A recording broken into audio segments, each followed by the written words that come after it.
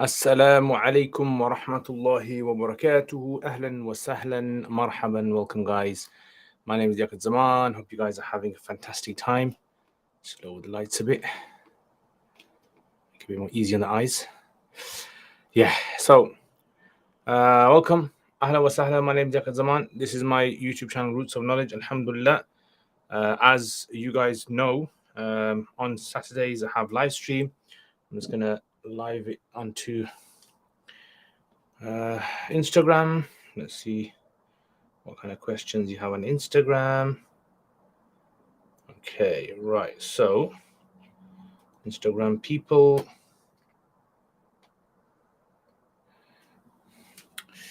Let's see how do you get this. All right, go.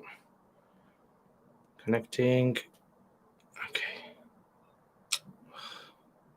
Cancel end video. Discard media. Once again, guys, I do apologize for this. Just forgot to put the title in. So, how are you guys? Everyone good? How was your day today? Did you guys enjoy the hot weather? Are you guys liking the heat? Let me just try to decrease this a bit.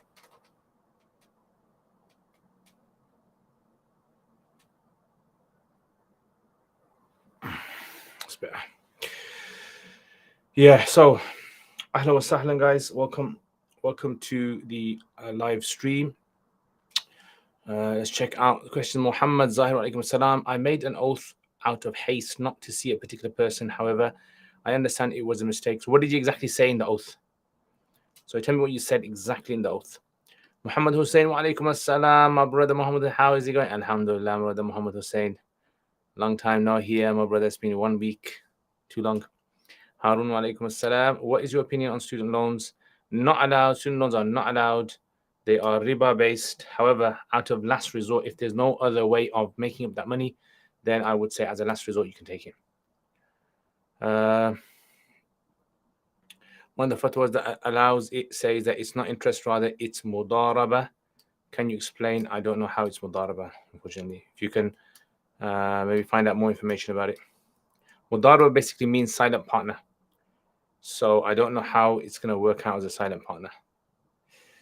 Amina wa alaikum assalam wa barakatuh. Ahlan wa sahlan. I had a question regarding a post that was up. Hakim was asked which deed resembles the actions of Allah Ta'ala the most, and he replied, Ihsan towards the people. What does ihsan? Ihsan means like showing perfection towards them, being good towards them. Yeah, like husn, doing husn towards them. Yeah, husn. So in other words, Allah does kindness. So this is like imitating the way that Allah subhanahu wa ta'ala deals with his creation. Boxing MMA. Wa alaikum assalam wa rahmatullahi wa barakatuh. Ahlan wa sahlan, my brother. Boxing, what's happening? Where did you get the Islamic honorifics from? From Pakistan, Karachi, a place called Jamiatul Ulum al-Islamiyya, Banuri Town. Graduated about 12 years ago now. 12 years ago. Long time. Muhammad Hussein, yes, Sheikh. Where's the Rami shirt? Rami shirt is hanging up. If I wash most of the wudu limbs and I realize on the way to the mosque I miss massa of the head, then I go to the mosque, it's 5 minutes away, then I do the massa of the head in the mosque. Is my wudu valid? Yes. Rami weather, lala, but tomorrow gonna be the last day of the hot weather. Yeah, I know, they're saying that, aren't they? But don't worry, next week's gonna be hot, but it's just gonna be humid hot with rain, so get ready for that. Manuel wa alaikum assalam. Is it haram to pray for a deceased family member who was not a Muslim? So if a person, look, this is a very difficult sort of like masala here, and the reason I'm saying it's difficult because we don't know how Allah is going to deal with people in the Day of Judgment at all. So if a person dies as a non-Muslim, yeah, Allah subhanahu wa ta'ala has said in the Quran that He will not forgive shirk, but we can never bind anything to Allah subhanahu. We can never compel Allah to do anything because that goes against the whole concept of Allah. Allah, if He wants to deal with someone in the best way that He sees fit, He can deal with them. Yeah. So this is why we leave it to Allah. And we can make these kind of du'as that, oh Allah, deal with them in the best way you see fit. Yeah. Those kind of du'as would be permissible. But to ask for forgiveness for them, then we don't ask forgiveness. Yeah. Because that's something which in the Quran, when Ibrahim alayhi salam's father died upon, but Ibrahim alayhi salam died upon explicit kufr, as in he was blatantly against the ways of Ibrahim alayhi salam, against Tawheed. So this is why I would say that to make a dua which does not contain forgiveness, but you ask Allah subhanahu wa ta'ala to make it easy for them in the hereafter and that kind of thing, then there's scope for that. Kind of busy. Subhanallah. Allah make it easy for your brother Muhammad. MashaAllah, Abdul Razak. Alaikum assalam wa rahmatullahi wa barakatuh. Ahlan wa sahlan, Abdul Razak. How's your holidays going? There was another question about your post. You said that when saying stuff on social media, we should be extremely cautious. My question is that if we are so politically correct all the time, then how do we educate the masses? Well, you don't educate them through Twitter. Simple as that.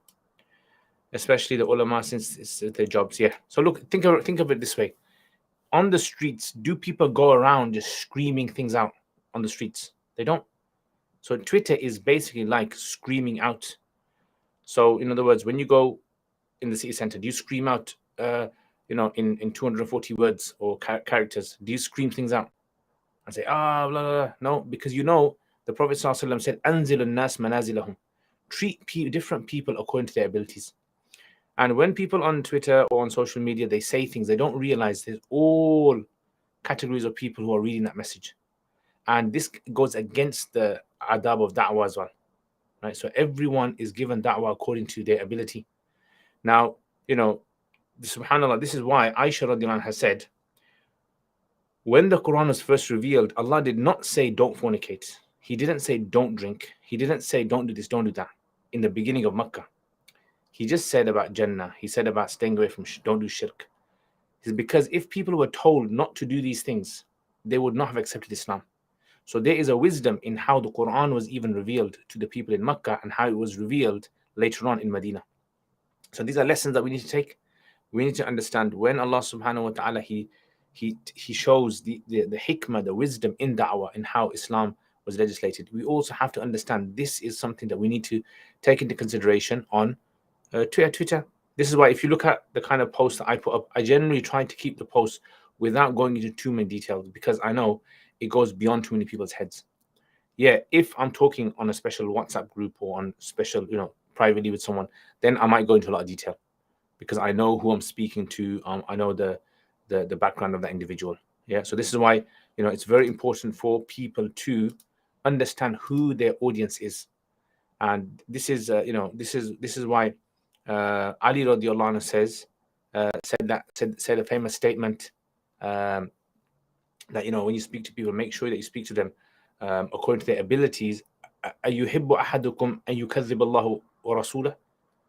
Do you want people to reject Allah because of something you said?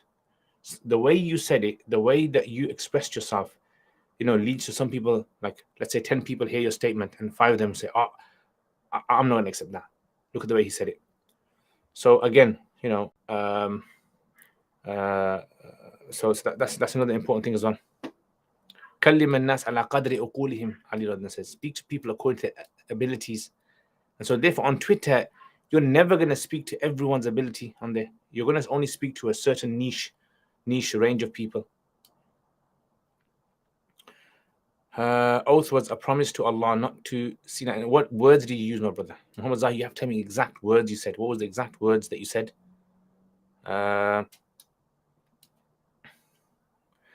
So it's very important in oaths. The words are very important. Exact words you said.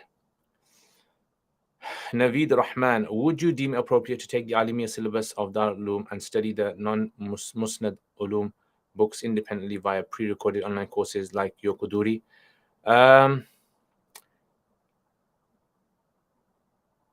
So you're going to study Darul Uloom and on the side, is that what you're saying? You're going to study on the side pre-recorded lessons. Let's say the Musnad Uloom from a Musnad Alim. Yeah, you can do that. That's fine.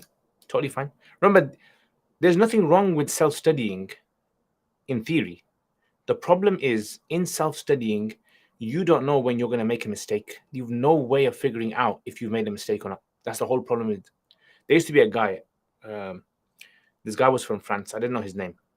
And he would actually study with Sheikh he went to study with Sheikh Abul Hassan Nadwi rahimahullah. Yeah, he went to study with him, study in the madrasa. He couldn't get in. So eventually what happened, the Sheikh Abul Hassan Nadwi said, I'll teach you privately. And he said, but you have to read the whole lesson and explain it to me. And then I just nod my head. And if there's any correction, I'll add it. And he did several years like that. Now, he did the whole syllabus within a short span of time because, number one, he was really passionate about studying. And number two, he was really hardworking as well. So this is why he could do it. You could do the whole Darul Uloom syllabus on your own with a teacher where you explain it to the teacher and the teacher corrects you. I think that is the best way to study. But it's hard. It's very hard to obviously get a teacher and then all that. So self-studying is allowed, but the problem is with self-studying, what tends to happen is that it results in people, not knowing the mistakes they make. So as long as you can guarantee you haven't made mistakes in there, then that will be fine. Does it count as a good deed when you do it with the intention of pleasing Allah? Of course, yes. A good deed, look, what does it mean by pleasing Allah? This is the important point we need to understand. When we say, I am doing this to please Allah, what we really mean is I'm doing this because it comes under all those things that please Allah. Like, for example, when you're driving down the road and there's someone trying to get into the road and you stop your car and you allow them in, you're not thinking that you're doing it for Allah's sake. You're just doing it because you feel sorry for them or you want them, to give them way. That is pleasing to Allah. Remember that. So whenever people say, I'm doing this for the pleasure of Allah, you don't have to think at the time of doing it that you're doing it for the pleasure of Allah. You just have to have, do an action which is pleasing to Allah in the big scheme of things. Does that make sense? Yeah. Someone knocks on your door and says, oh, can I have some water? And you go, okay, you go in, put the water for them, gave it to them. Then later on, you thought to yourself, oh, I didn't think about Allah when I was giving it to them. It's fine. You actually got reward for it. You did it for the sake of Allah. Yeah. Happy with exam results? Excellent. Well done. Sheikh, if your artwork, and there's not a loader in the toilet, can you use tissue? Yeah, you can use it. Ideally, try to, you can use wet wipes as well, but you can use tissue. As long as the impurities don't spread everywhere. Don't do artwork basically. Yeah. Zaid alaikum assalam rahmatullah ahlan wa sahlan sanga halde zukhayma dasu sange mosam sanga de tabiatun de khadi. Does dying of a stomach disease make someone a shaheed? A shaheed, yes. This is what comes in the hadith. They're considered to be a shaheed of the akhirah. They won't be treated as the shaheed like the one who dies in the battlefield, clearly, because that is the highest rank. But they will come under a type of shaheed in the Day of Judgment. Sheikh Qasme, man, the nice little community, mashallah. I miss your live streams. I know, bro. I know. Qasme, bro. The other day I was playing badminton. This guy kept saying, Qasme, that shot, man, Qasme. How do you find cycling in this heat wave? Tomorrow the guys are going out for a 50 miler, yeah? I'm not going. Oh, by the way, I've got a new bike, guys. It's in the bike shop getting fixed. Yeah, mashallah, Maji found it for me on eBay. And just getting some parts repaired. And inshallah, guys, oh yes, it's going to come. And then I'm going to start doing a long mileage. Yeah, long mileage, inshallah. I'll show you guys the picture of it as well. What are the signs? And the heat wave, I can't do it. Sorry, these guys are going out tomorrow. And I said to them, you know what? You guys are going to die. What are the signs of a good death? Dying on a Friday, dying without any sins, dying where people are not upset with you. And there's many kind of signs. Zaka, you're welcome. What is the Maliki position of the Satar? Is it slightly above? I'm not sure. You need to ask a Maliki scholar on this. But the Malikis do say that they do say that that area has to be covered for Salat. I don't know out of Salat. You have to find out from them. Tanweer wa alaikum assalam. Does hearing the adhan via radio broadcast carry the same ruling as hearing the adhan in the masjid? If it's live, if it's a live adhan, then yes. If it's not live, then I would say no. People get waswas on intentions. Yeah, exactly. I know. Yeah, people just just thinking, am I doing it for the sake of Allah? And I know it can be really confusing. Artwork. Is being a homosexual a major sin?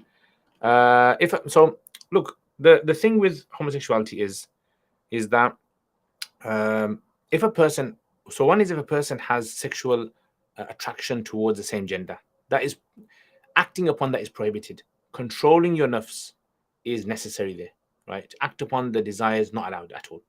And if a person does act on the desires, then it's sinful. Just like if a person has, wants to have sexual intercourse with a random woman, zina, fornication. Fornication is not allowed. So similarly, homosexuality is not allowed. Then the act of sodomy is totally prohibited in Islam. Yeah, totally haram, not allowed. Assalamu alaikum, Murad Ali wa alaikum assalam. What's one or two sciences you feel is necessary for a good amount of people to specialize in the West? I think everything really, because we are, like when the petrol is all the way down and the lights on in the car, we are in that level. Seriously, we are worse when it comes to experts in the West of Islam. Like in tafsir, we're in, like, petrol is empty. Or in hadith, in fiqh, probably in fiqh we've got a bit more. In aqidah, in these sciences, we need specialists. We've got people who can teach masses like basic aqidah and things, but we need specialists, like really good specialists, high level. I would say definitely, we need experts in all fields, not just one or two. Are you an imam? No, I'm not.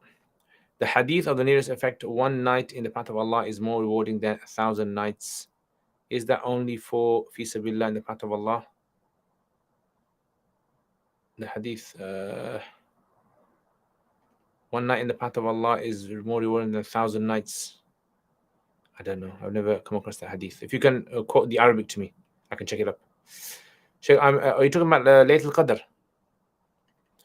Sheikh, I meant your live streams and people. Oh, okay, community. Cha. Yeah, Kasme, bro. Kasme. Yeah, I know, man. Nice community. Yeah. May Allah reward everyone here, forgive their sins, and grant them highest status in the dunya and akhirah.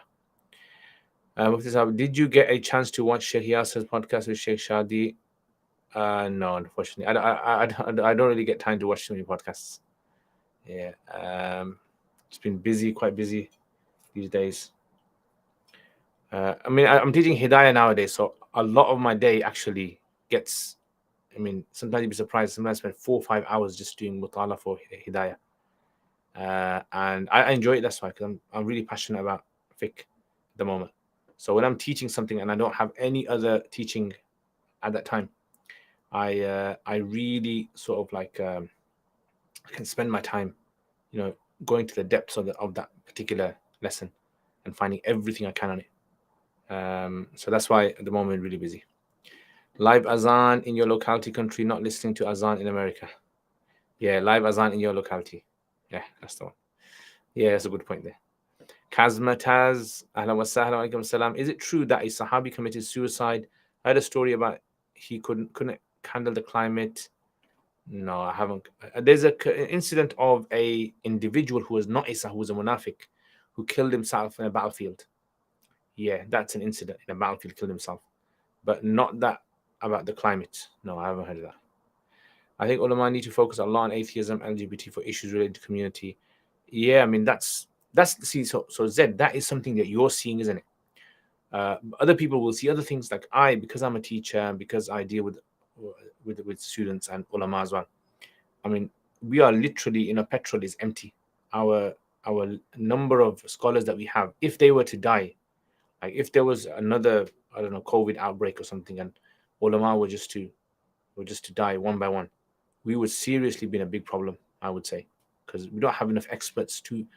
We do have people that can teach, but the problem is we need to recognize what an expert is from someone who's just an average scholar. The experts are very few. Manuel,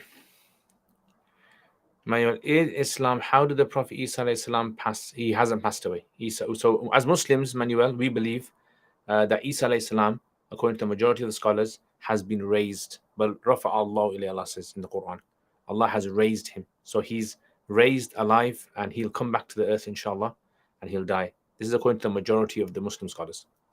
Is contraception allowed? Yes.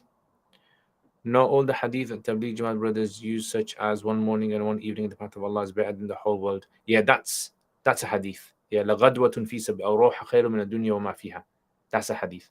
So generally that is applied to going for battle, that is. But the concept of doing something for this, like for example, fi sabilillah is also teaching and studying as well. So for instance, like if a person has been studying, the ulama say, if a person is studying, how regular should his studying be so that he's counted fi sabilillah?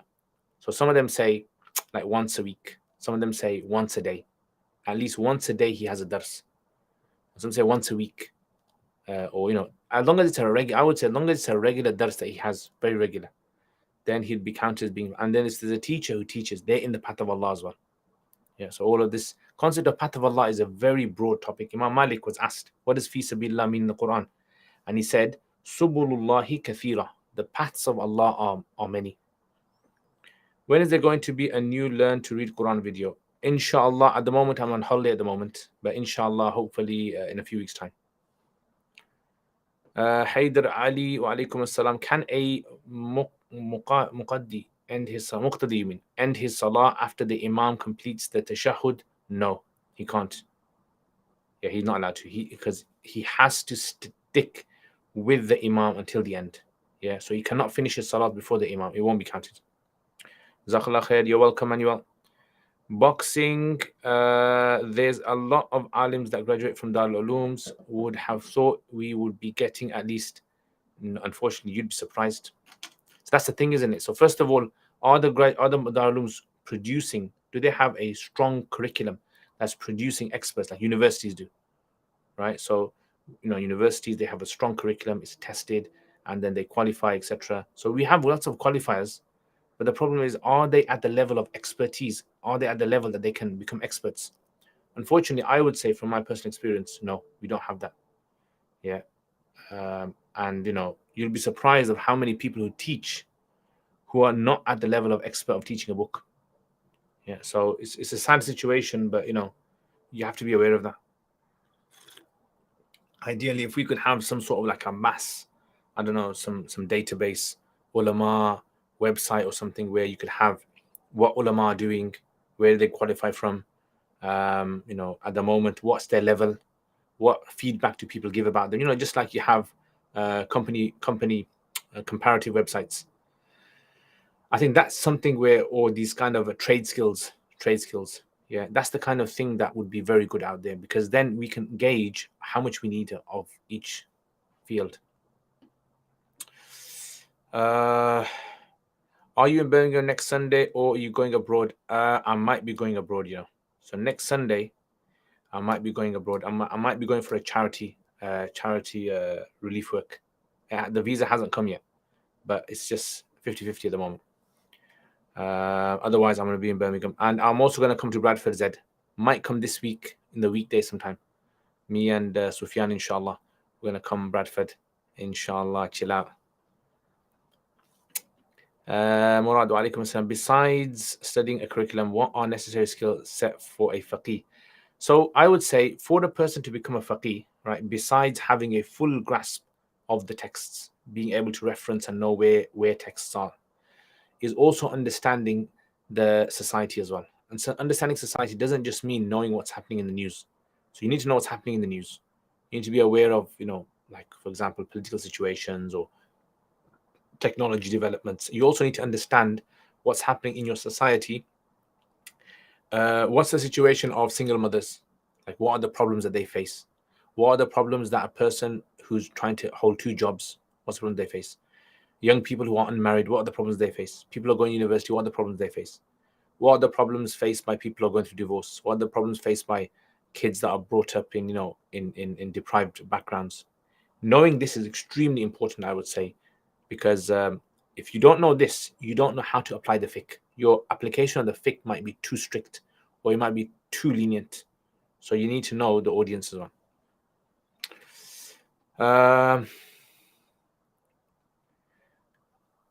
Okay. I agree with him saying, but what I mean is I see very few ulama, if any, specializing in atheism and dealing with, yeah, definitely. I think that doesn't require like ulama in the sense that you're studying in madrasa. That requires learning philosophy, and like Sheikh Yasser Hanafi, who's actually going in this field. So there are some scholars who are going in this now, alhamdulillah, who are doing that work. But yeah, definitely, you're right. Where did you go on holiday? No, I didn't go anywhere on holiday, but I'm on holiday, as in on rest. With the Sufa, can someone get the degree for Alimiyah if they joined from the third year? The degree for Alimiyah. Yeah, if they join from third year, they can qualify at the end. Yeah, definitely. I think the Sahaba name was Tufail bin Amr al-Dawsi. Yeah, Tufail bin Amr al-Dawsi, yeah? Okay, so what was the question? No, I haven't heard about that. I haven't. Tufail bin Amr al-Dawsi basically was the famous Sahabi who was from Daws, and because of him, Abu Hurairah accepted Islam. Hamim Shah alaykum as-salam. In Sirat al-Mustafa, with reference to Isaba, it's mentioned that Salman al-Farsi lived over 250 years. Is this true? So these kind of dates are kind of estimates. Like, they're quite estimate. I mean, I would say probably he lived to about 100 years or so. Yeah. To say 250 years, I think that's because we don't know exactly when he was born. There was no fixed calendar in them times. So, you have a lot of these kind of approximate dates. People in the past were not too particular about how long someone can live for. Also mentioned is that the Messenger heard Jibril call out the Azan on the night of Mi'raj. Why then did the Prophet ask the Sahaba about how to call people? So that's a weak. That seems to be a weak narration. Yeah, a weak narration, because from what we know, the authentic narrations say the Adhan was given to Abdullah bin Zayd, yeah, in the dream. So that narration is a weak, if I'm correct. Unless Azan meant didn't mean like Azan. Some narrations mention that the Sahaba used to give Azan, but that Azan was not a formal Azan. It was just like saying, Salat's ready, come on, pray Salat. Salat's ready, come on, pray Salat. Yeah, Salat Jami'ah. Then that would be. Is a person sinful if he inherits a property that has a mortgage? Does he need to sell it, or can he keep it and pay the mortgage? No, he won't be sinful for inheriting it, but he would have to. I would say that he would have to quickly pay the mortgage off as quick as possible. Yeah, because he didn't agree to it. Or he could, if it's possible, sell it off. Yeah. What day I'll meet you, inshallah? I'm in Brumtan Massive on Sunday at Sufa Karbala talk. Oh yes, isn't Saturday? Isn't the Karbala talk on Saturday? I'm sure it's on Saturday. Yeah, I can't remember exactly what day it's going to be on, but I thought it's going to be on Saturday. It's on the 20, isn't it on the 24th? Is it 24th? Assalamu alaikum wa rahmatullahi wa barakatuh. Ahlan wa sahlan. Is the prohibition of walking in front of someone praying salah just limited to their prayer area, or does it extend to? So here's where the ikhtilaf of the scholars. Imam Shafi says it's up to the point of sajda. So you have to walk beyond the point of sajda. If you were to walk between his feet and between the sajda point, you'll be sinful. The Hanafis say that there should be a gap between the sajda point and between where he's walking. And some of the riwayas from the Hanafis say like 2 spaces after the sajda, like two spaces, two like you can say meters after the sajda point. Then it'll be okay to walk. When going through talks for marriage, is it permissible to talk to a non-mahram for a period if the parents give permission? I would say yes, as long as I would say it's chaperoned, or as long as the conversations are kept, limited, and there's no flirting taking place. Have you visited Cambridge Central Mosque? No, I haven't. But I hope to. I was hoping to go in the holidays. What different countries have you been to? Not many. Hi, have you been to the Kaaba yet? Yes, I've been to the Kaaba. Alhamdulillah. Saturday the 20th, yeah. Yeah, Saturday, isn't it? Yeah, Saturday I'll be here, inshallah. Hopefully, inshallah. I'll be at the Karbala talk. Also, Ustad, is it permissible to ask a sister directly about marriage interest and ask her for parents' information if you have? Yes, you can do that. I wouldn't see a problem with it. 20th Saturday, yeah, Saturday, inshallah. وعليكم السلام أي حسين مفتي صاحب كيف أمسيتم وكيف كان أسبوعكم؟ الحمد لله الأسبوع كان جيد جدا. والحرارة أيضا كانت يعني ترحم علينا. الطقس حار جدا في برمنغهام. نعم حار. الآن عندي الشبابيك مفتوحة عندي، تدخل منه الهواء الباردة. Yeah, so I've got the windows open here, guys. Nice cool air coming from outside. Yeah, so hopefully, inshallah, tonight's gonna be a nice cool night. Yeah, past few nights have been quite hot, heated. I was just thinking to myself, in Pakistan, when it used to be hot, we used to just sleep outside in the masjid. And it was so nice, like cool air blowing on you. Just sleep on the floor in the masjid. Just have a little sort of like thin blanket or something, just to ease the hardness of the ground. And a pillow and just knock out. So nice. Hopefully, inshallah, end of this year I'm gonna go in Pakistan. Inshallah. Go to a chakkar to Pakistan. Marriage nowadays need new service. Yeah, definitely. I mean, this is the challenge, because the service that was there back home, where most of us are from, was like a service that was functional service. It used to function very well and serve the people very well, right? It was just families finding each other, their kids, and then meeting them up, etc. But now, obviously, so many things have changed in society now, right? So it's all like, people actually looking themselves now, online websites, and people joining WhatsApp groups and this and that to find. So I totally agree with that. I benefit so much from your learning Quran. Alhamdulillah, brother Muhammad Naim.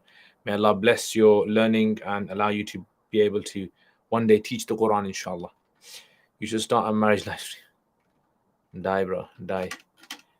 Dreams, marriage, taweez. Yeah, what else is there? These are the kind of things that you can make loads of money in, yeah? These are tips for you guys. If you want to get into like a proper, scam kind of business, yeah, how do they call them? Those schemes, Ponzi schemes, yeah. You get to a Ponzi scheme or something, just get into one of these. Muhammad Mullah, ahla wa sahla wa alaikum assalam, my brother Mullah, wagwan, bro, wagwan. Guess what, guys? I went to take my bike here to get fixed, and there was a guy. So I had one wheel on my bike, the back wheel, the front wheel obviously took off because I was taking the bike in the car. And there's a Jamaican guy there, and the Jamaican guy goes to me, "You ride with one wheel?" I said, "What?" He goes, "Yeah, you ride with one wheel?" I go, "No, one day, inshallah, I'm gonna ride one wheel." I thought he was joking around with me. Like, do you ride with one wheel? And then the shop owner, my friend, he goes to me, the Rasta guy, he's actually got a YouTube channel where he actually rides with one wheel in Birmingham. He rides around with one wheel. So like the front wheel is up, or he doesn't have a front wheel on there, and he just rides with one wheel. And he's known as the one wheel Rasta. Check him out, one wheel Rasta. And he goes to me, yeah, he goes, I ride, 6 miles, sometimes 7 miles just on one wheel. Now you imagine that kind of guy, man. And he's like in his 50s, maybe late 50s, I would say. His late 50s.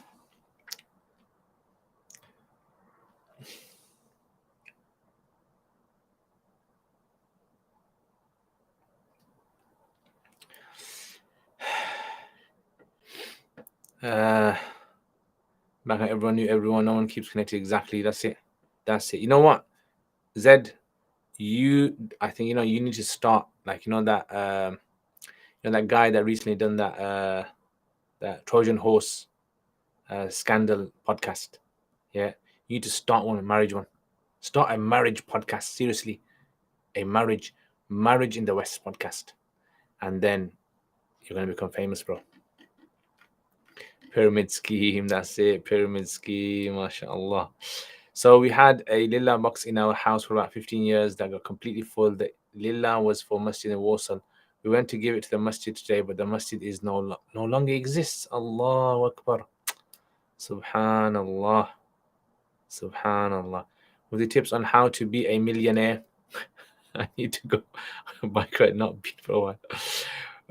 Were we right to give the Lillah donations to the next closest masjid? Yes, that's correct. You can give it to any masjid, in fact, because it was something that was, it was for Lillah, for a mosque anyway. So therefore, it can be given to any mosque.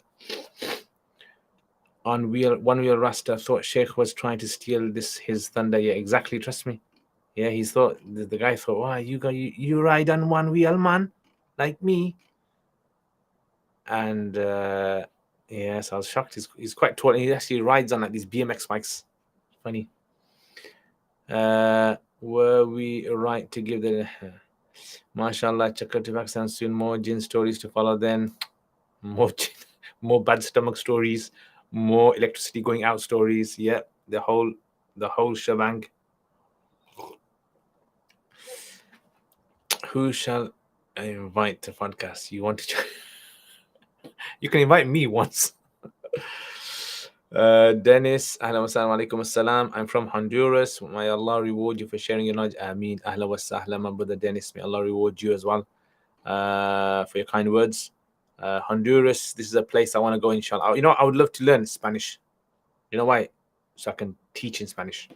I was always thinking about learning Spanish. So one day, inshallah, I'm going to learn Spanish, guys. I'm going to seriously sit down, learn it properly. And then, inshallah, I'll be able to teach in Spanish as well and visit South American countries. Yeah, and Mullah, I Hussein, get ready. And Zed as well. All four of us will go to South America. And inshallah, we'll do like a Tablighi Jamaat kind of thing there. We'll go around teaching. 3 days podcast needs to return. I know, bro. I know, man. Do witnesses have to be present for a person's shahada to be valid? Could they just say to themselves, yeah, so shahada being accepted is between them and Allah. Witnesses are only needed for like if later on it goes to court. Yeah, so like for example, the court summons someone to prove that they accepted Islam. That would only be required for that purpose. But otherwise, in the sight of Allah subhanahu wa ta'ala, a person's shahada is between them and Allah. Yeah. I would think Turkish would be good to learn. No, I mean, yeah, I guess so. There's so many languages good to learn, isn't it? Yeah, I guess so many languages. But I think Spanish, because Spanish in the world is considered to be the second, they say it's the second biggest language in the world or third biggest language in the world. Right. So, because most countries in South America, apart from Brazil, I think, they all speak Spanish. Mola Ibrahim speaks Spanish, yeah. Sí, amigo. Andre, Aripa, remember? What was that cartoon called? Andre, Aripa. Yeah, I forgot what it's called now. With the Ottoman history, inshallah, let's do it. Aripa. I want to go South America with you guys as well. Have you been to Masjid al-Quba? Masjid al-Quba in Medina? Yes, I have been to Masjid al-Quba. Alhamdulillah. Have you been, Muhammad Naim? Have you been to Saudi Arabia? Are there not a lot of books in Turkish with Ottoman? Yeah, there are lots of books. In fact, you know, Sindhi language, Sindhi, there's a lot of books in Sindhi language. Sindhi language used to be like one of the main languages of Ilm in the Indian subcontinent. You'd be surprised. There's some really big scholars, but it's just all of a sudden it just died out.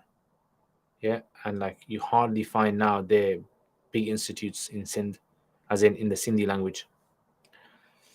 Qamar Initiative, alaikum assalam, ahla wa sahlan. Ahla wa sahlan. Was it Looney Tunes? No, not Looney Tunes. Emula, before your time, bro. Before your time. This was I forgot what it's called, man. Speedy Gonzales. That's the one. Speedy Gonzales. I used to watch that before going to school. The Sword of Umar, authentic in Istanbul. I have no idea. I don't know. A lot of these artifacts, basically, in anywhere around the world, a lot of them that are ascribed to the Prophet ﷺ are not authentically ascribed. Yeah.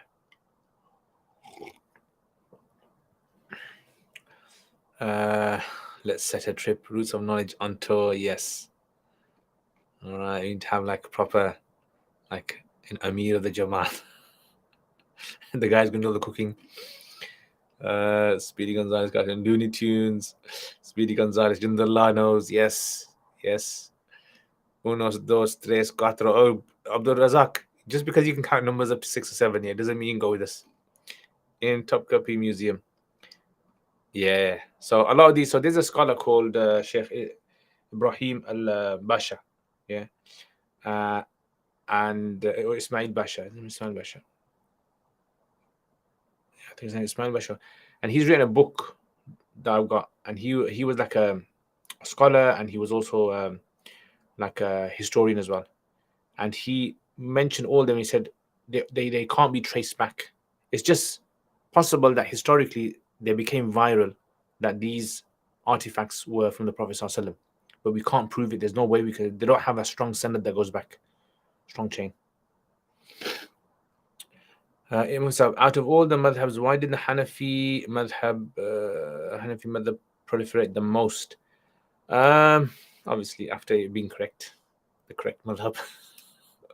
After that, I think most likely it was because it became an administrative madhab that was to do with the government. The government, applied the qada system based upon the Hanafi school, so it just became wide. And it was also, I personally think, it's also a very, very sort of a flexible madhab when it comes to administration, when it comes to legal matters in the country. Yeah. Because it's very theoretical and it has a way of sort of like finding solutions even before it's ever happened. Yeah, that's the sort of design of it. If one is gifted luxury chocolates which contain liquor, alcohol, can one pass the non-Muslim neighbors, colleagues? Yeah, I would say they can. Yeah, because they're not all alcoholic, are they? Buenos dias. I think you're going to say like, hasta la vista, baby. Salam, Sheikh. Ahlan wa sahlan, Zainab. I noticed that, alhamdulillah, you respond to questions in a way that makes people's life easier. Why do we not find that in written fatwa in Deobandi scholars? So basically, when it comes to the science of fatwa, there are different approaches in fatwa. Yeah. So, for example, like if you ever read, for example, like Mufti Ibrahim Desai's fatwas website, or you've read Seeker's Guidance fatwas, or maybe even I don't know who else out there has a different way of fatwas, like Dar al Qasim, yeah, Mulna Amin in Dar al Qasim, their fatwas. You'll see a difference in how they approach the fatwa as well. Remember, the science of fatwa is all to do with like understanding how to provide the best answer for the people. So sometimes what tends to happen is there might be a particular approach to fatwa which is quite strict, and people have just copied that technique, that particular protocol and procedure of giving fatwa. That's been copied and copied and copied, and it hasn't been revisited again. Yeah, it's because it's not from Allah, it's not from the Prophet ﷺ. It's clearly, someone later came out with this. And I think that is where generally, when you say Deobandi, you mean several sort of like fatwa websites. Like, they might take from Fatawa Rahimiyya, for example, Fatawa Mahmudiyya, they might take from. And so they'll have this specific range that they'll stick to in the way they answer the questions. And I personally think that, this is not the tahqiqi way of giving fatwa. Yeah, so tahqiqi way of giving fatwa. So I've spent time with different scholars, and some of my teachers were tahqiqi scholars. Like, they really kind of researched masal. They weren't really kind of too worried about what people are going to say. They were worried more about like what is the correct way of approaching this. So, for example, Mufti Rada al-Haq, Mufti Taqi al-Uthmani, Mullah Abdul Halim Chisti rahimahullah passed away, Mufti Khalid Saifullah Rahmani, and others like that, Mullah Abdul Hayy Laknawi, Mullah Anwar Shah Kashmiri, Mufti Mullah Yusuf Banori. They were very tahqiqi people. So that's why you'll see they have certain opinions, which some scholars might say they're their own opinion. These are like, tafarrudat, they call them tafarrudat. This is his own view on these kind of things. I think it's not tafarrudat. It is still within the Hanafi school. It just depends how you look at the Hanafi school. Yeah. So I think there needs to clearly be like a shift in approach of how we sort of answer people's questions. Yeah, like typically the birthday questions people ask, haircut questions people ask, what kind of clothes men can wear people ask. I don't know, those kind of questions. Those are just like a sample of questions and how they answer typical answers. But yeah, I mean, you've noticed it. So you've noticed how this is different. Have you been to Pakistan? Yes, I've been to Pakistan. Buenos noches. Why are the Yahud so ostracized in the Quran? So it depends. I mean, so what do you mean by ostracized? Do you mean by ostracized as in, like, for instance, they have committed atrocities and they have been told off for it? Is that what you're saying? Or their habitual practices that have been pointed out by the Quran? So I wouldn't say they're ostracized in the Quran. They're not ostracized. It's just that from amongst them, not all of them, they have been well known historically to have done really bad things. And this is not just the Quran saying this. This is actually his history says this. So in Europe, they were actually banned in Europe from, I think it was from like the 12th century, 13th century. Systematically, countries were banning them. And why would they ban them for? So if you look into it, they were involved in a lot of political plotting as well. These individuals were, and so it's not like brushing the whole of the Jews like this. This is to say not all of them are bad. Clearly they're not, because in the Quran Allah says, "Min ahl kitab man in ta'manhu bi qintar yu'addih ilayk." From the Ahl Kitab are those people who, if you were to give them a large hoard of wealth, they would give you back every penny. Yeah. And minhum man in ta'manhu bi dinarin la yu'addi ilayka illa ma dumta alayhi qa'ima. And amongst them are those, if you were to give them 1 dinar on gold coin, they would not give you back unless you were persistently asking them for it. Then they'd only give you back. Right? So they have certain beliefs, Allah says in the Quran, they have certain beliefs that they've integrated into their belief system, which has corrupted their whole thing. Like, for example, لَن تَمَسَّنَا النَّارِ إِلَّا أَيَّامٍ مَعْدُودَةٍ. If you have a belief system that says that the fire will only touch us for a little while, it doesn't matter what crime we commit on earth, we're only going to be punished for a short while, then it's like giving people the license to if they want. Or, for example, like if you say that لَيْسَ عَلَيْنَا فِي الْأُمِّيِّينَ سَبِيلًا, we don't have to treat non-Muslims, the Arabs, we don't have to treat the Arabs the way we respect ourselves. So this is the kind of, when you make your beliefs, and this is a problem that they have. So if you actually read this book, it's by Shahak Ishaq, I think it's called name is. It's called The History, 1,000 Years of History of the Jews. He's a Jew himself, and he writes about like what kind of 2-tier system they have in their religious values. So yeah, so you can check that out.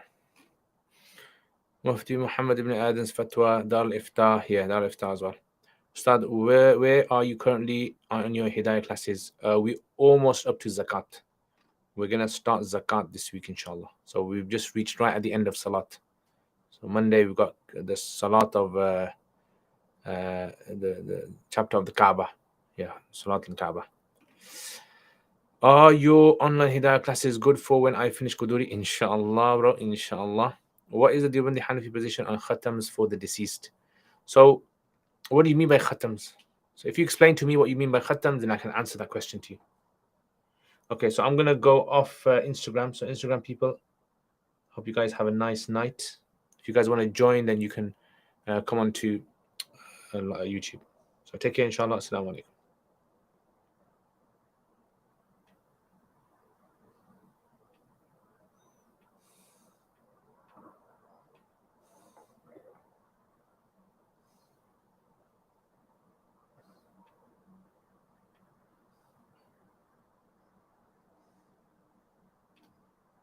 There you go.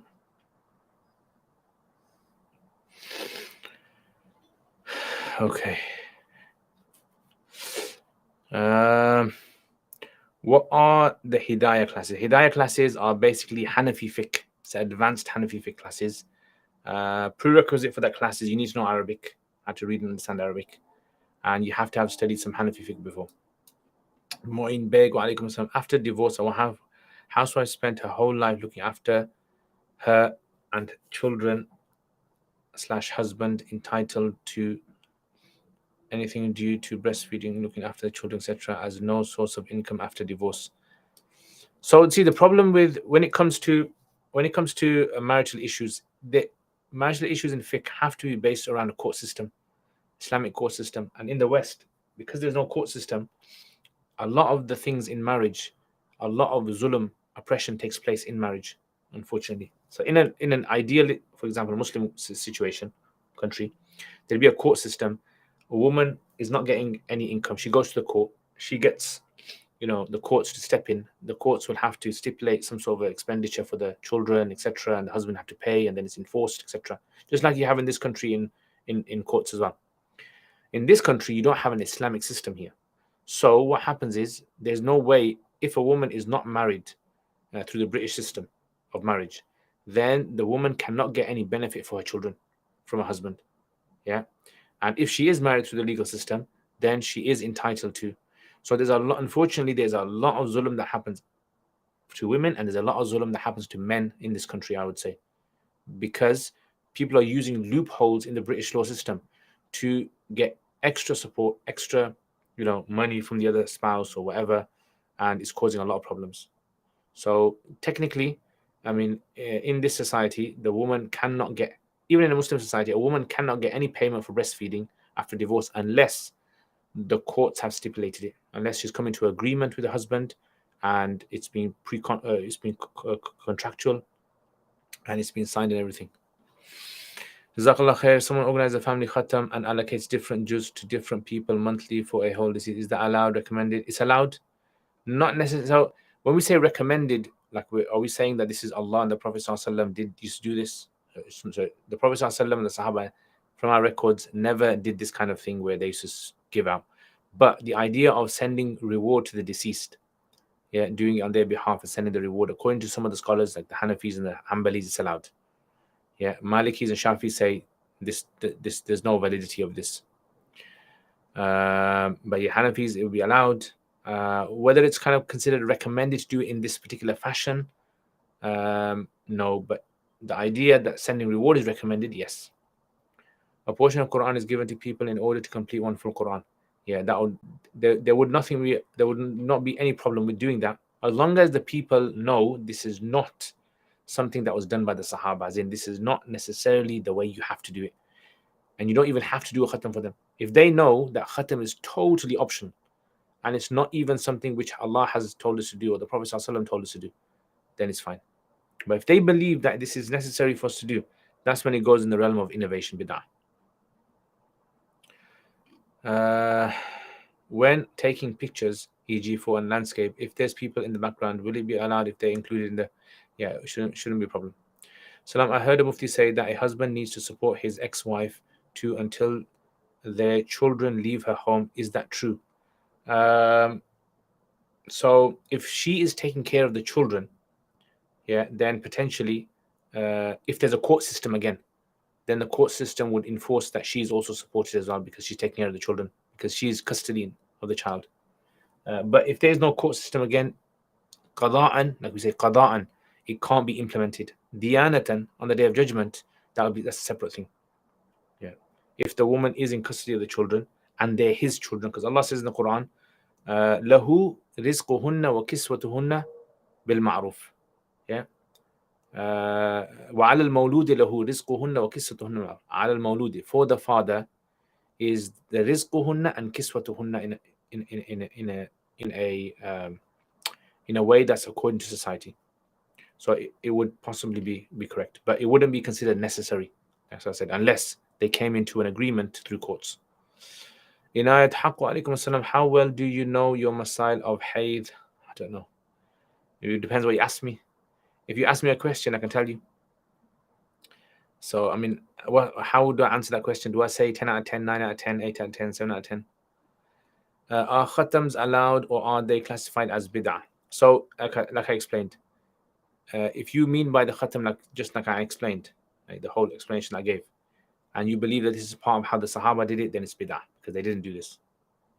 But if it's like, for example, what's the rule of people, printing Quran books, distributing them in the masjid and the mosques? So this wasn't done by Sahaba. Sahaba never printed Qurans, in this particular fashion. But it's still allowed though.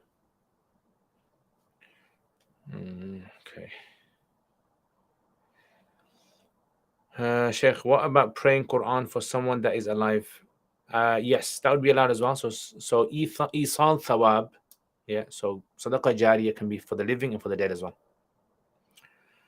Is it sinful if a man gives a woman a considerable amount of money if she lets him have the kid and stays out of both of their lives?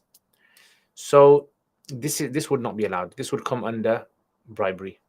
So she's not allowed to take this money. So she would not be allowed to take this money, because unless this is simply just given as a gift. But if it's given as a condition, I'm giving you this money if you don't do this or do that, then that would be considered to be like what we call a bribe. Wouldn't be allowed. But it depends on some details.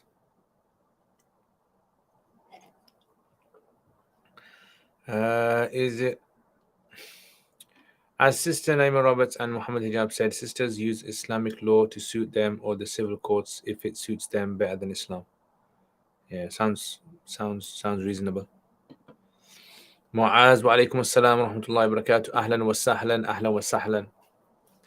Okay, guys, so I think I've answered all your questions. Is there anything on Curious Cat? I have not checked out Curious Cat today. I don't know, maybe someone's asking on Curious Cat, but I've been too busy on. Actually, there's a question on Curious Cat. Okay, let's see. Wa alaikum salam. Would you deem it appropriate to take the Alimiya syllabus of Darul Uloom and study the non-Muslim? Okay, answer that one. That was answered on there, brother asked. Okay, there's no other question. The Curious Cat is dying out now. The craze of Curious Cat has come to an end, guys. Yeah, now it's just like people are no longer fearful of asking questions on live streams. Say if a woman is oppressive and cruel and is not a good influence on the child. Yeah, so again, so see, all of these things are in light of a Islamic court. If there's an ideal Islamic court and a woman is oppressive, the courts will take the child off the woman and will hand it over to the person who is next in line of custody. Yeah, so there's a whole list of people who are in line of custody. And that's how Islamic court works. When we study fiqh, when we don't see how Islamic court works, it can have a big problem. Yeah, because a lot of fiqh masail cannot be implemented, especially in nikah and buyu and these things. Yeah, so this is why, a lot of people don't realize. MashaAllah, the noor upon your face, Allahu Akbar. The noor on the face, guys. This is called washing your face with soap in the morning. I struggle to register on Curious. Oh, you don't have to register. All you basically have to do on Curious Cat is you just have to type in the question in the box. That's all you have to do. Yeah. So if you you can do it now. You just test it. Yeah. Test it out. So you just have to go on there, click on that link. Yeah, you just have to click on that link, and or if you look in the description, the link should be there. You click on that link, and then a box comes up, and you just type your question, press enter, and that's it. You do not have to register at all. Yeah. In fact, let me send myself a question. Yeah. Let's see if I do need to register. Do I need to register? Okay, let's see. Manage. It says. Okay, hello. Question sent. Look, you don't need to register. No need to register at all. So I just got the question now. Hello. Yeah, hello has come up. Excellent. Hello has come. Test question. See, I got that. Test questions come up. Hello's come up. Okay, if Asr Makruh time begins in 3 minutes and one would like to pray the sunnahs of Asr prior to the Fard, does the sunnahs become Makruh? Yeah, you shouldn't pray then. Then you'll be considered to be sinful for deliberately delaying the Fard. Then, have you been to India? No, I have not been to India, but inshallah, I would love to go to India one day, inshallah, and do a whole trip around India. Yeah, a biryani trip. Taste all the biryanis of the different regions. The ex-wife keeps the child away from father, and you say the hadith about one that breaks kinship does not enter Jannah. This is used evidence to the court to show oppression. Yeah, I mean, it's a sad thing. Are you asking me a question, or are you just stating a fact? How can I get my Arabic reading better? I have been an alim class for a while. What I would suggest is pay someone who is very good in their Arabic reading and read with them, right? And tell them to correct your answer, your reading. That's the best way. Yeah, you can find people online to help you, inshallah. I think that is honestly the best way to do it. Where can I get the books for your Hidayah course? I like to be prepared, inshallah. I think online. Yeah, if you go to Azhar Academy, you can buy it from them. Jazakallah khair. You're welcome. Jundullah, how did your bike ride go last week? Oh yes, bike ride went fantastic. We went 62 miles altogether. 60, it was hot. My bike is not as good as a lot of the other guys, right? So I was kind of at the back. Yeah, I was gonna record it, but I totally forgot my GoPro. And we set off at 7:30. I left my house 7:30. I went to a Sufa, so it's about about 4 miles from my house, 3.5, 4 miles. Got there, waited for everyone else. Then from there, we all set off. We had the route, we had the lead at the front, and then we had the sweep at the back. So you have basically one guy who's the leader and who's got the device on his phone or on the device he has, and it kind of shows you the navigation of how to get there. And then you have a sweep at the back who simply just waits for anyone who's slow. Yeah, make sure that they don't get lost. And so everyone kind of keeps roughly together the ideas. So I did take pictures. If you saw those pictures, I was putting up regularly. And as we were going along, we kind of reached the halfway point in a place called Rosliston. So you can actually see on the map. So if you follow my Strava, you'll see where we went. So went to Rosliston. Rosliston is like a cafe. There's a cafe there in Rosliston. It's an area, small little kind of like a village, and there's a cafe there. We stopped there, had some cake, had some hot chocolate, and it was hot there, hot chocolate as well. Don't ask why. And then we kind of refueled, went toilet, everything, and then that was like the halfway point, 26 miles, and then we came back. Yeah, it's not more than 26 miles actually. And then we came back, and then yeah. So it was roughly from Asufan to there and back is about 52 miles or so. But then obviously from my house to Asufan back with the extra 8-9 miles or so. So it kind of worked out to about 62 miles. And it was that. Yeah. There were a few hills, yes. And that was a bit tough. But now I've got a new bike, inshallah. And hopefully with this new bike, I should be able to do long journeys much easier now. It's a light bike. It's a carbon frame.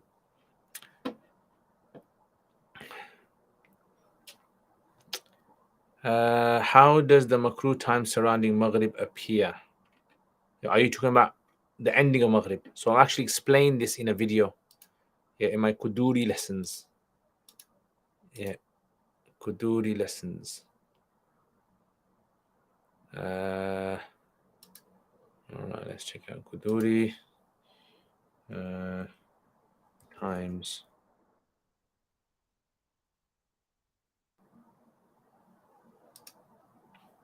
Yeah, so I think you're gonna find in here. I think so.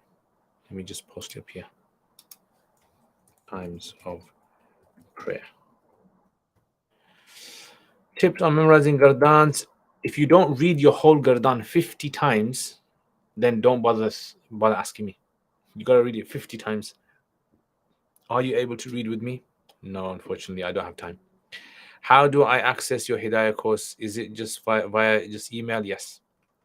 Yeah, so you via email, you get a link to a Google Classroom. You still have to do Usul Hadith.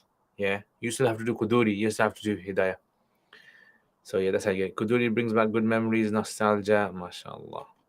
If someone had the niyyah to fast a voluntary fast and then before Fajr and after that he forgot that he made the niyyah and ate after sunrise, does he have to make? So yeah, if he forgot he had a niyyah, then that's he's not fasting.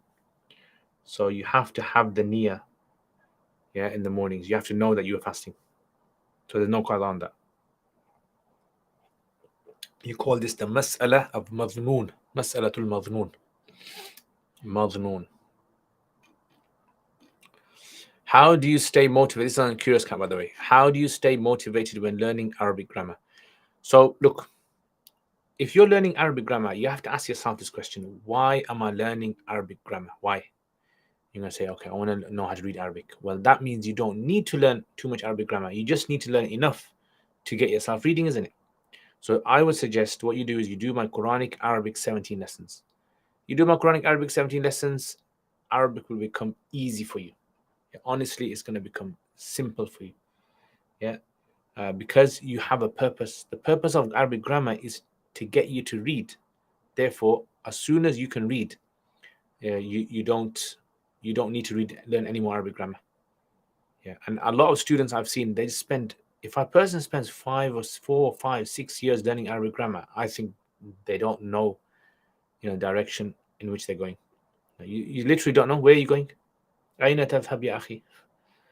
Yeah, so read Arabic storybooks, get into the Arabic. Would it be permissible to handle women's underwear at work? Yes. 50 times, I mean, as long as they're not on a woman. As long as they're like off, obviously, 50 times. Any other tips, advice to help with remembering the gardans and damir? Just memorization. Honestly, memorization. Seriously, there is just memorization. Like, people don't know how important memorization. Like, some people think I've understood it, I don't need to memorize it. No, you need to read it 50 times. Seriously, our teachers used to say 100 times. Read it 100 times. Whole gun. Like, for example, فتح فتح فتحوا فتحت فتحت فتحنا فتحت فتحتم فتحتم فتحتي فتح فتحت فتحنا. Right? فتحت فتحتي فتحتما فتحتن فتحت فتحنا. Read this 50 times and then you got it. Yeah. So you have to keep going over something. Honestly, and students, for some reason nowadays, students don't want to keep going over things. They just want to quickly kind of like get through things. Why do I find Qasas Part 5 so hard? Is this normal? Yes, Qasas Part 5 is hard. It's very hard. Way harder than the previous ones, definitely. Yeah. It's designed like that. It's quite hard. I would suggest what you do is, before going on to Part 5, do Qiraat al-Rashida. Qiraat al-Rashida is the best option after the first 4 parts. Assalamu alaikum wa rahmatullahi wa barakatuhu. Do you plan to eventually complete your hifz? I haven't done hifz, but I do wish I could do hifz. Yeah, I do wish I could do hifz. Many of my teachers were not hafiz of Quran. Yeah, many of my really good expert teachers in Pakistan, they were not hafiz of Quran, but they could like recall verses of the Quran. Yeah, but if you told them to read a surah from beginning to end, they couldn't do it, but they could recall. May Allah grant you barakah, ameen, citrus, ameen. Mu'az, subhanAllah, our Jamia teachers really push us to memorize them, and a lot of the class just wants it over and done with. Yeah, exactly. So students, in the beginning, when students start, they think, I don't want to learn sarf and don't want to memorize this, and memorizing is key. Trust me, it's important. I'm doing Qiraat al-Rashid alongside, but I can't find an English translation that I can use to help me. You use dictionary, my brother. Do not use translations. Translations are your worst enemy. They're like, kryptonite for Superman. Don't use it. Translations are like cholesterol, diabetes. Do you or other know of any hadith classes that runs live during the day, please? I'm in Arabic or some English. Hadith classes in the day. I'm not too sure, I think, have you checked out, what do you call it? On Faraz Rabbani. On Faraz Rabbani, they usually have things going on.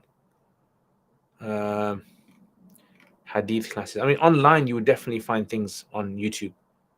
If you just type in like Dars Hadith, Muhadara Hadith, or Sahih al-Bukhari or something like that, you'll find Arab scholars going through.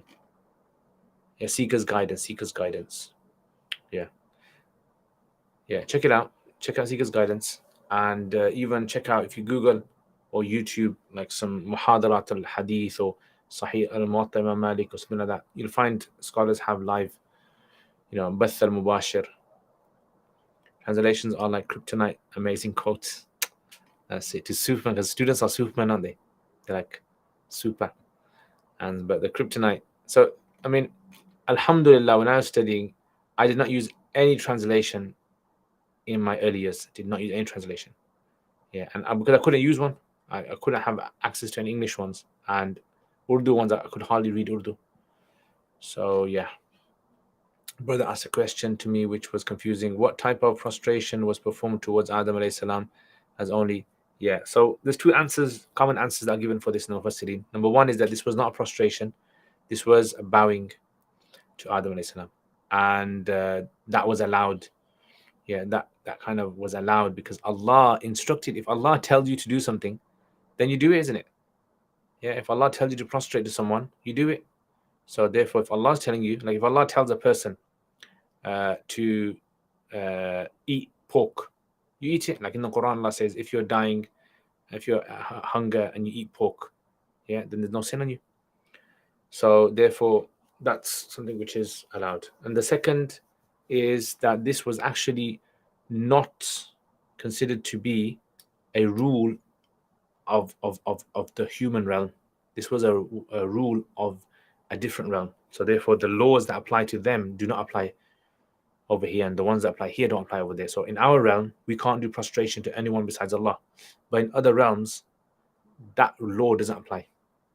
Yeah. So imagine, like for example, the British law only applies in Britain. It doesn't apply in space on the moon. So what are your thoughts on Mufti Abdul Rahman Mughir online iftar course? Would you recommend? Definitely. It's very intense. I honestly think it's very intense and it's good. It has to be like that. I mean, there's one that's going to be taking place in, I think Mufti Faraz Adam will do, but that's on site in Leicester. But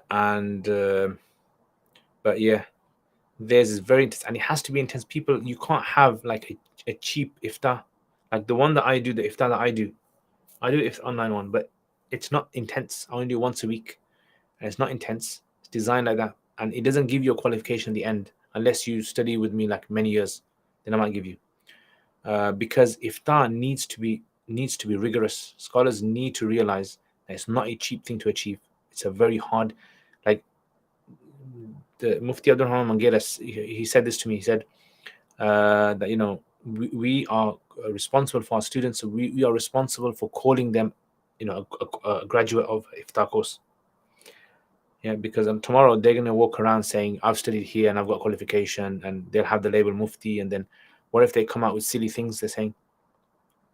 So, that's why. I would say, look, Nahid, if you're serious about iftar, then only do it in a serious place. If you're not really serious about iftar, you just want to kind of like learn a bit about, then it's fine, do it in some other place. Is bowing before a person as an etiquette in Western culture allowed, for example, after demonstration? Yeah, this is a tricky one, isn't it? I mean, generally, theoretically, you shouldn't bow. Bowing is not allowed Islamically for anyone. But this is not really considered to be like a bow in the sense like this is like acknowledgement. So this is not a bow to someone to show that this person is superior to you. This is just acknowledgement. So I think there would be room for this one. There'd be scope. Jazakallah khair, Mu'adh. I keep rewatching Sira lectures. I watch rewatches. I kind of use it in place of other forms of entertainment. Is okay? Yes, it's fine. What is your take on Maulid gatherings? Permissible? Yeah, as long as people know that having it in that particular fashion, in that way, in that style, is not from the Sahaba. As long as you know that Sahaba didn't do this, and this is not how Allah necessarily wants us to do it, then it's fine. Yeah, if you just think that we could do in any fashion, like this could be, we could say this is a Sira gathering, this is a Maulid gathering. Yeah, we're sending salutation to the Prophet Sallallahu Muhammad, right? Maulid gathering. As long as we believe this is not a way that has to be done in this particular way, then it's fine. The degree from Markfield is what I was talking about when I asked if I join year 3 of Sufa, will I get one? So in a Sufa, you have to do that as a separate course. So in a Sufa, you actually have to register for that as well. So you do that in the 5th year and 6th year, full time. Yeah, so you join for that and they teach it. So a Sufa doesn't teach it. They come to a Sufa and they teach it in a Sufa. Yeah, so that's a separate course. It's optional. It's not necessary for all students to do, by the way, in a Sufa. Are there any evidences for dhikr majalis? Of course. Yeah. So just like in the Prophet ﷺ, in the hadith mentions that no group of people gather in the house of Allah, reciting the words of Allah, remembering Allah, except that angels gather around them. There are multiple like a hadith about the gatherings of dhikr. So as long as, again, it all goes down to, did the Sahaba do it in this particular way, believe that this is how it's supposed to be done? If you believe that doing zikr in a particular way, sitting in a particular circle and sitting in a particular way and saying a specific thing in a specific way, if it's not found in hadith or not found in the Prophet ﷺ, not from the Sahaba, not found in the Quran, you can't believe that this is considered to be exactly that. Otherwise, it's innovation. Otherwise, just doing it, believing that this is one possible way that we can do it, is okay. Does that make sense? So this is why, there's a lot of things. For example, like people, I don't know, they have like a big gathering where they have a sheikh come down, they have a poster, and the sheikh will come down, the men will come, and there'll be a section for the women. Was this ever done in Sahaba's days?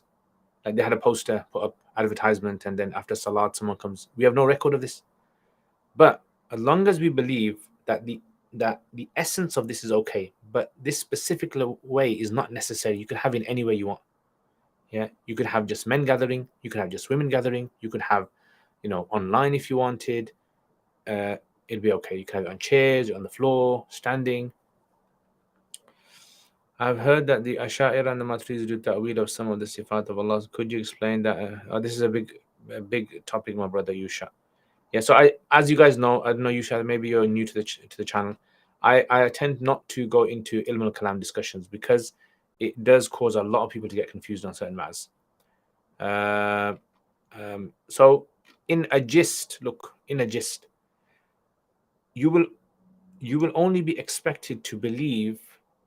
You would only be expected to believe the belief of the Sahaba. Whatever belief the Sahaba had, that is salvation belief. That is the belief that will give you salvation, right? Because if the Sahaba had it, that means tick box is correct. Yeah. So the idea of Ash'ari and Maturidi and Athari, these are all like different names that people give. But the reality is that we know the Sahaba's belief. Yes, if someone has ta'wil, is ta'wil allowed? So we know that ta'wil has been done by early scholars as well. Early scholars had ta'wil as well. So there is room for ta'wil. But like I said, if someone just wants to stick, like if you go to your auntie, your uncle and say to them, what's your belief regarding istawa al-arsh? What's your belief regarding the sifat of Allah? They don't even know what these things are. They just believe Allah exists, Allah is one, Allah sent prophets, Allah sent books, Allah is going to resurrect us. That's all we have to believe. Is it fair to say, in the traditional sense, when one asks, is Mawlid permissible, your answer is, it's, again, like in your head, what do you have defined as Mawlid? It might be different from what someone else has in their head defined as Mawlid. Like if you say, in my head, Mawlid is not allowed when people gather and they do a certain thing and they believe this is how it's supposed to be done, that's fine. But if someone else thinks Mawlid, like they're brought up thinking Mawlid is simply being happy that the Prophet ﷺ was born, right? And you said to them, Mawlid is not allowed. They're thinking, what are you saying? In their head, they're saying, are you saying you're not happy with the Prophet ﷺ being born? That we shouldn't celebrate this. We shouldn't talk about this. So this is where the problem arises, when people don't realize what the statements they're saying might not be, what other people are understanding. And I always ask you guys, what do you mean by this? What do you mean by this? And that's what I want to clarify. Jazakallah khair. Take care, inshallah. Haidar wa alaikum assalam wa rahmatullahi wa barakatuh. Anyway, guys, I think I'm going to call it a day, guys. Jazakumullah khair. I hope you guys have a wonderful, fantastic week, inshallah. Hopefully my bike should be ready by next week, and I can show you guys my new bike and take it for a test ride. Jazakallah khair. Thank you as usual. I like it when you guys turn up. It makes my day as well. And I will see you guys next time, inshallah ta'ala. Assalamu alaikum wa rahmatullahi wa barakatuhu.